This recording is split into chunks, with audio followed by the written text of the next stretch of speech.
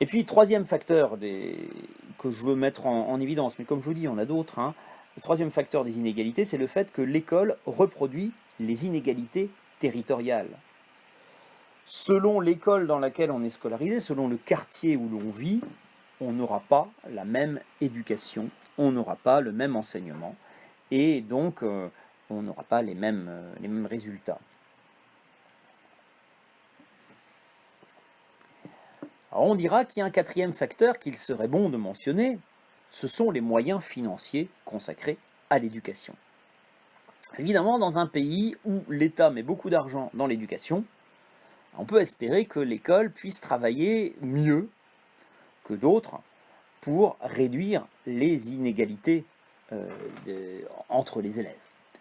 Alors là-dessus, l'enquête PISA 2006 propose un graphique qui est intéressant aussi.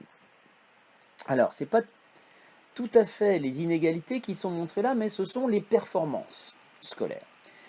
On vous met en ordonnée les performances en sciences, puisque cette année-là, ce sont les sciences, PISA 2006, ce sont les sciences qui ont fait l'objet d'une étude particulière. Le PISA suivant, ce sont les mathématiques, après c'est la compréhension de l'écrit, enfin voilà, tous les 3 ans ça change. Cette année-là, ils ont insisté sur les sciences, mais au fond, c'est pas très différent pour les 2 autres compétences. Alors, donc en ordonnée, on vous met le score obtenu en sciences. Et vous voyez que la Finlande est de loin le meilleur pays du monde. Comme quoi, c'est le plus égalitaire, mais en plus, c'est lui qui a les meilleurs résultats. Et on vous indique en abscisse la dépense d'éducation par élève. Là, vous voyez que c'est la Suisse qui dépense le plus, les États-Unis viennent derrière, bon, et ainsi de suite. Alors, où est la France? La France, vous voyez, est dans une bonne moyenne, hein, à égalité avec le Royaume-Uni, l'Australie, le Japon. La Finlande, tiens, elle est au même point que la Finlande, même un petit peu plus, elle dépense même un petit peu plus que la Finlande.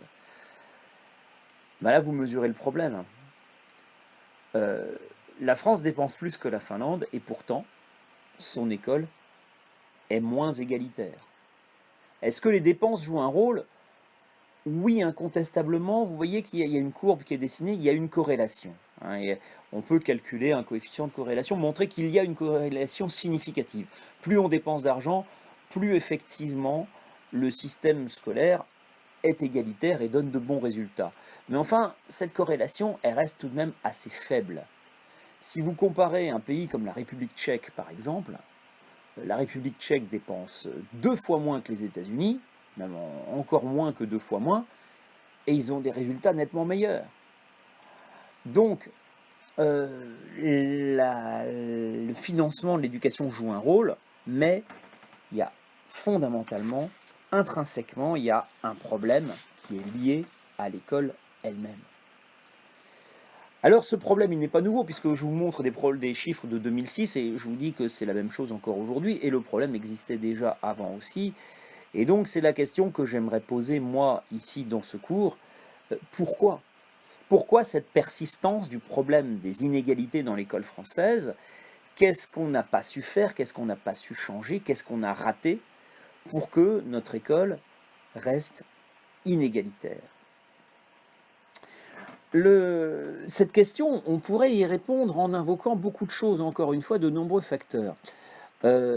Avant de voir ça, je vous montre juste un dernier graphique qui est fait ici qui a été fait en 2017 et 2018 par l'Observatoire des inégalités, qui vous montre la proportion d'enfants de cadre supérieur et la proportion d'enfants d'ouvriers selon les filières d'études. Vous voyez qu'en SECPA, en CAP et en Bac Pro, qui sont les études qui mènent aux métiers les moins payés et où les risques d'être au chômage sont les plus forts, eh bien vous voyez que les enfants d'ouvriers là sont beaucoup plus nombreux que les enfants de cadre supérieur. En revanche, à l'université, dans les classes préparatoires et à l'école normale, dans les écoles normales supérieures, eh bien là, les cadres supérieurs envoient leurs enfants de façon préférentielle. Alors encore une fois, parce qu'ils savent bien choisir les bonnes filières, mais aussi parce que leurs enfants ont une culture qui est mieux adaptée à la culture de l'école. voilà, parce qu'ils maîtrisent les codes de l'école, et puis aussi peut-être parce qu'ils ont été scolarisés dans des écoles où on recevait surtout des élèves qui marchaient bien et où l'atmosphère était meilleure et plus propice au développement de ces compétences utiles pour réussir à l'école. Donc, pourquoi en est-on là? Pourquoi en est-on arrivé là? Et qu'est-ce qui fait qu'historiquement, on n'a pas su trouver la solution pour que l'école soit moins inégalitaire en France?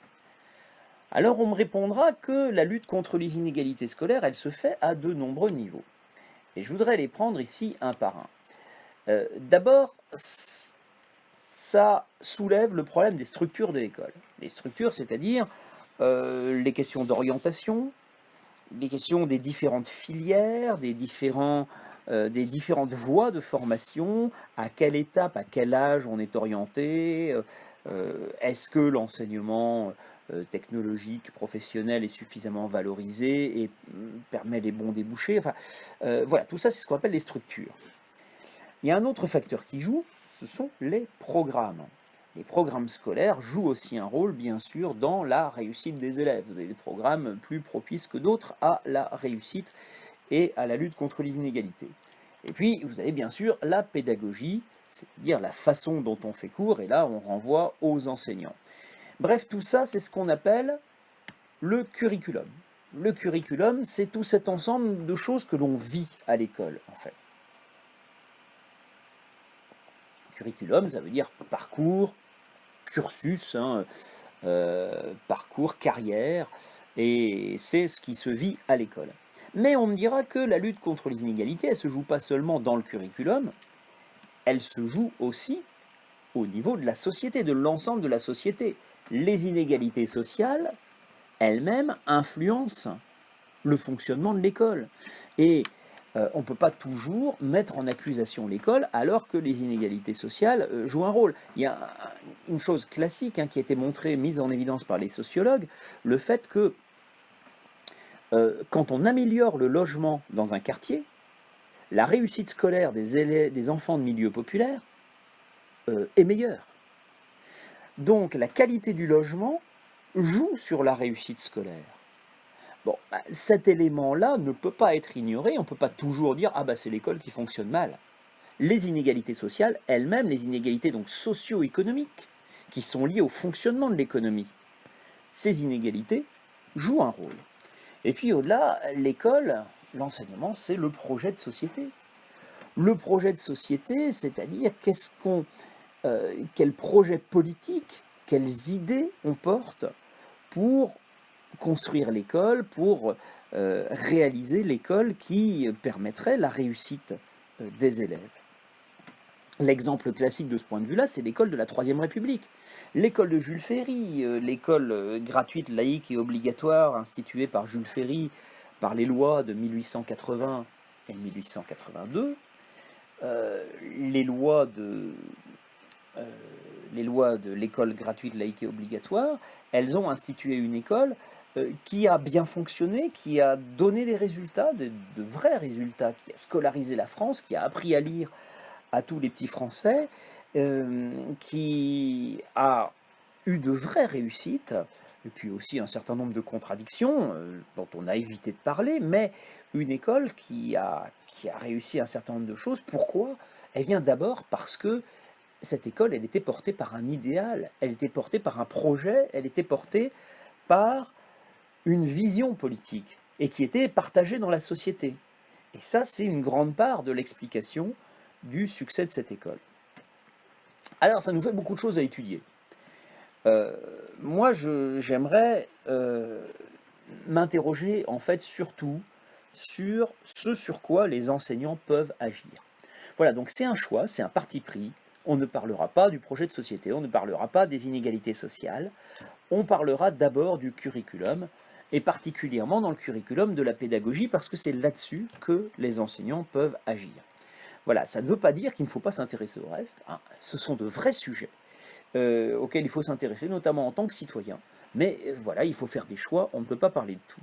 Et moi, je voudrais, pour insister sur l'importance du curriculum, rappeler une phrase que j'aime bien d'Antoine Pro. Antoine Pro est un historien, c'est reconnu comme en France le grand historien actuel de l'éducation, qui a publié notamment Du changement dans l'école, qui est un livre très intéressant sur les transformations de l'école française. C'est vraiment un livre qui est au cœur de notre sujet et de notre bibliographie pour ce cours.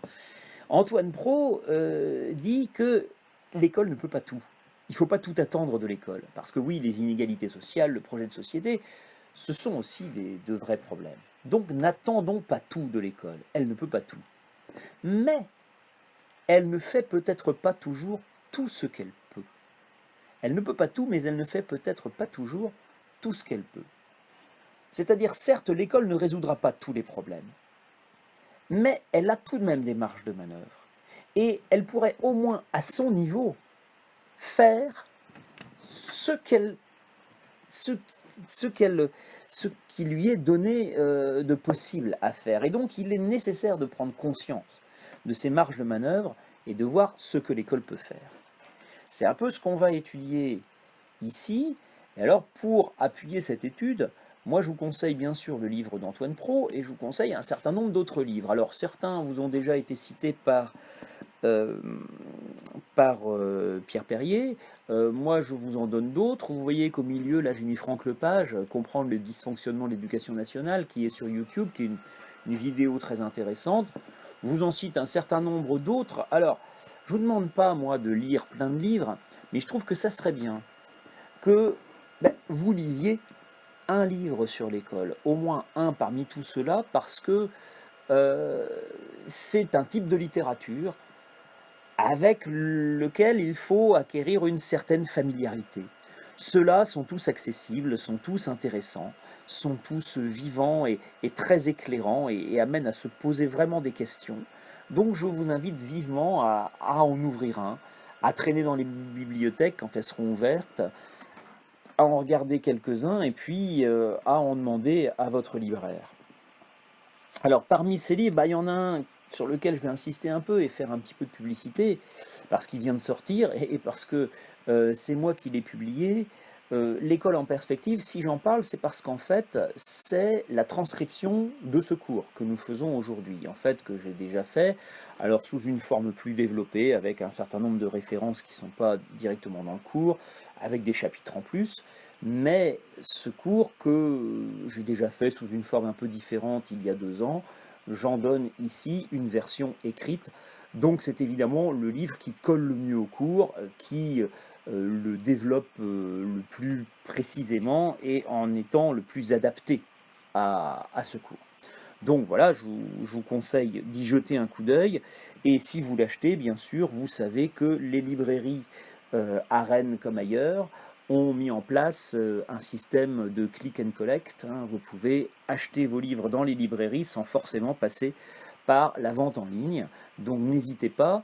Quand on pourra à nouveau sortir, je devrais faire une présentation publique de ce livre à la librairie Planetio à Rennes. Donc voilà, vous y êtes tous bien sûr cordialement invités. Et puis, lisez-le d'ici là, ma foi, puisque pour le moment, on ne peut pas sortir. Et puis, lisez les autres, parce que il y a vraiment beaucoup de livres très intéressants là-dedans. Juste un mot sur l'évaluation. Je crois que Pierre Perrier vous a déjà dit, c'est un examen de 2 heures, un devoir sur table de 2 heures. Lui posera une question et moi j'en poserai une. Donc une question qui vous demande une réponse développée, construite, qui s'appuie sur la culture que vous aurez acquise au contact de ce cours. Parce que le but de ce cours et de cette bibliographie, comme je vous ai dit, c'est de vous faire prendre du recul, c'est d'acquérir une culture, une véritable culture. Donc, voilà, lisez ces livres, écoutez le cours, prenez des notes, et vous devriez être capable de répondre à une question assez générale et assez ouverte sur ce qu'on a vu dans ce cours.